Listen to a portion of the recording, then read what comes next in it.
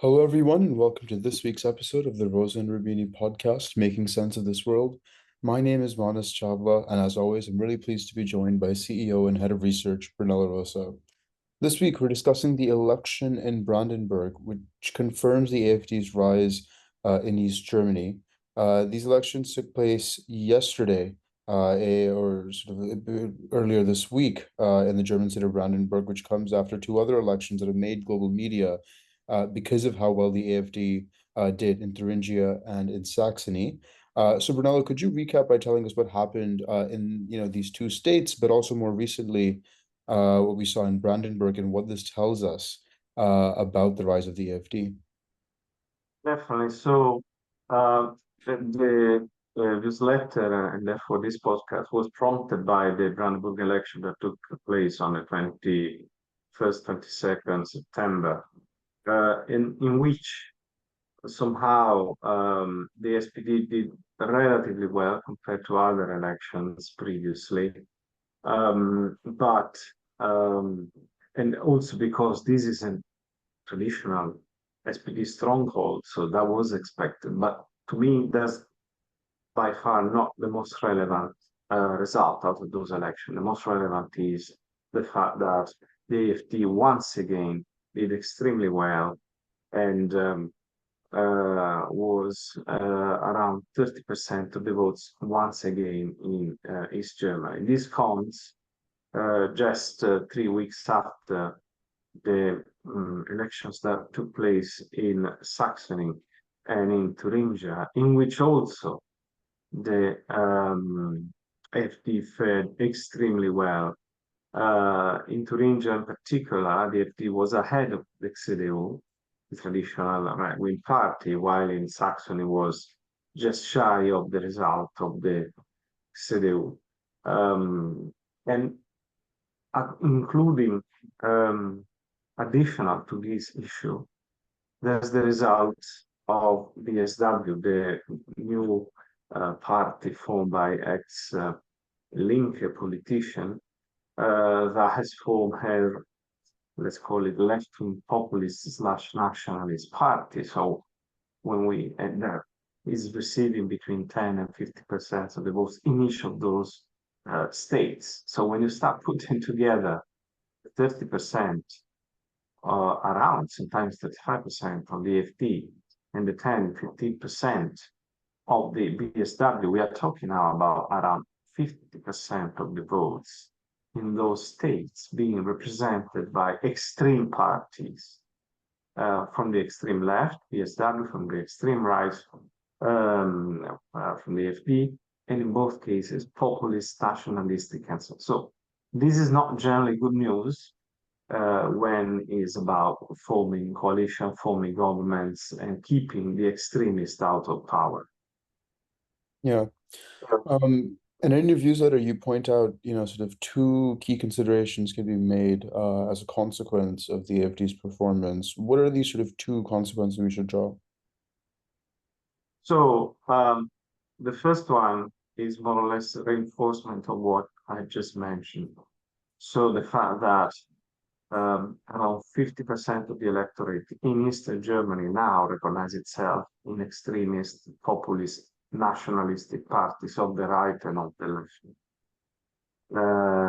And at national level, here we are talking about around 30% of the electorate, which is huge. Okay. The second consideration kind of follows from the first one. So national polls show that no party will have an absolute majority next September. So again, Germany will be forced to have a coalition. Now, in the last few years, we've seen all sorts of coalitions.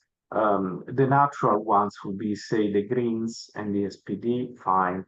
The FDP, so the Liberal and the CDU, so more right-wing, fine. So generally nothing happens during those apart from redistribution of party within the two camps. But then we have seen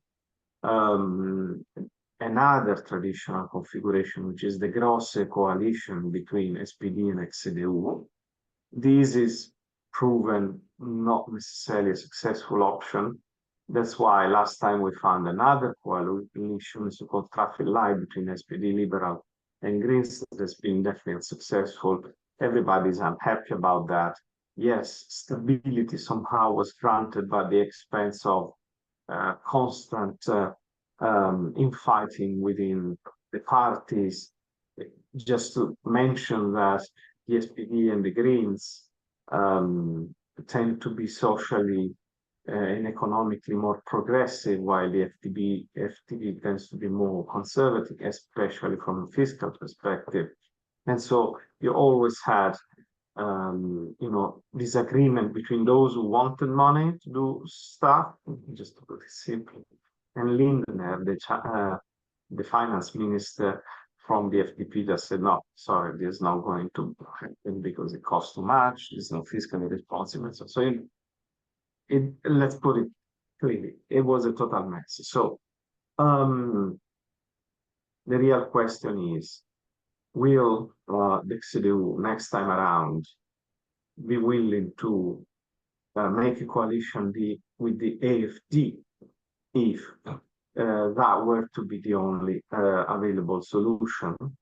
So far, Merz, the leader of the CDU, that has just been confirmed as the party leader and runner for the chancellorship, said no, absolutely no, not the local level, not the national level. But guess what? Exactly in Turin in 2020, there was an episode in which Thomas Kemmerich happened to be supported by both the CDU and the AfD through this kind of first minister at state level. Didn't last long. In fact, it was one of the shortest lived, but it was the first example of how these two parties converged on a name. Can it happen again? Can it happen in Germany? What happened in France, where part of the Republican did accept to make some form of agreement with Le Pen Rassemblement National. So you understand that if that sort of wall between the extreme right and the moderate right falls, we will be entering a new phase of European history. And unfortunately, we have seen what happens when this happened in the past, and it's not been, I would say, a constructive experience. Yeah, yeah, absolutely. And on the back of this, there's the risk of other European elections going towards a more populist front. France in December 22, and we raised the risk of a possible victory by Marine Le Pen in 2027, predicting that sort of 5 years in advance. And it certainly seems like Marine Le Pen's party's popularity hasn't stemmed in between then. So much to watch, both in Germany but also in Europe at large, about the risks of polarization, both on the right but also on the left, which can often be overlooked. But as always, Brunello, thank you so much for your time and insight. Thank you very much. Until next time.